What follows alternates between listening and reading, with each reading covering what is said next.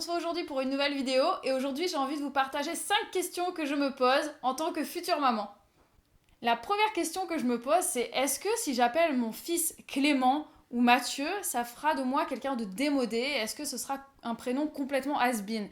Parce que quand j'y repense à l'époque où moi j'allais à l'école, j'avais aucun ami dans ma classe qui s'appelait Mandoline, Enzo, Matteo, Guenièvre. C'était pas trop à la mode à cette époque, alors qu'aujourd'hui, c'est super à la mode. Donc je me dis que si j'appelle mon enfant Clément, Marie, Pierre ou Alexandre, il sera peut-être un peu démodé, le pauvre. La deuxième question que je me pose, ça concerne encore les prénoms, parce que je sais que ça va être une mission vraiment très très compliquée. Il me reste encore presque 6 mois pour le choisir, et je sais que ça va être hardcore. Et mon mari, il va pas beaucoup m'aider. Donc je me dis, imaginons que après l'accouchement, j'ai toujours pas choisi son prénom.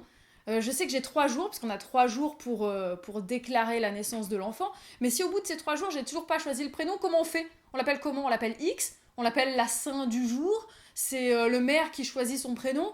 Enfin, comment ça se passe? X, tu arrêtes de faire ça. Donne ça à maman. C'est pas bien.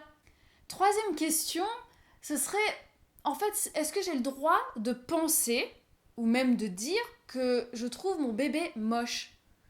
Parce que bon, faut être honnête, hein, y a des bébés beaux, c'est vrai, mais il y a aussi des bébés moches. On le dit pas par pudeur, par respect, mais voilà, il y a des bébés qui sont vraiment pas beaux. Bon, c'est vrai, c'est nous qui l'avons fait, hein, comme on est la maman, on le trouve toujours plus beau que les autres, mais ça se peut qu'il soit moche. Est-ce que ça fait de moi une mauvaise mère si je trouve que mon bébé il est moche?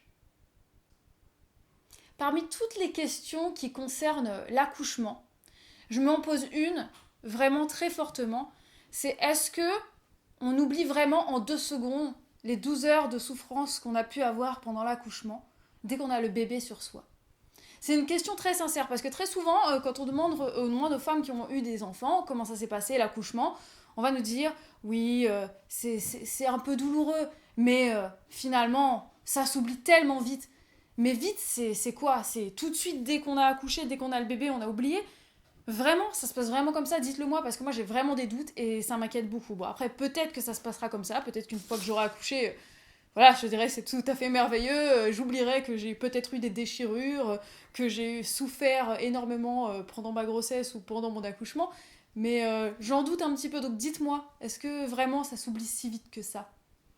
Ma dernière question est beaucoup plus profonde. En fait, je me demande comment on peut trouver l'équilibre entre notre rôle de femme et d'épouse et notre rôle de maman. Comment concilier les deux? En fait, quels conseils vous pourriez donner à, à une maman qui se sent trop maman et pas assez femme? Ou alors à une femme qui, au contraire, se sent très femme et pas assez maman?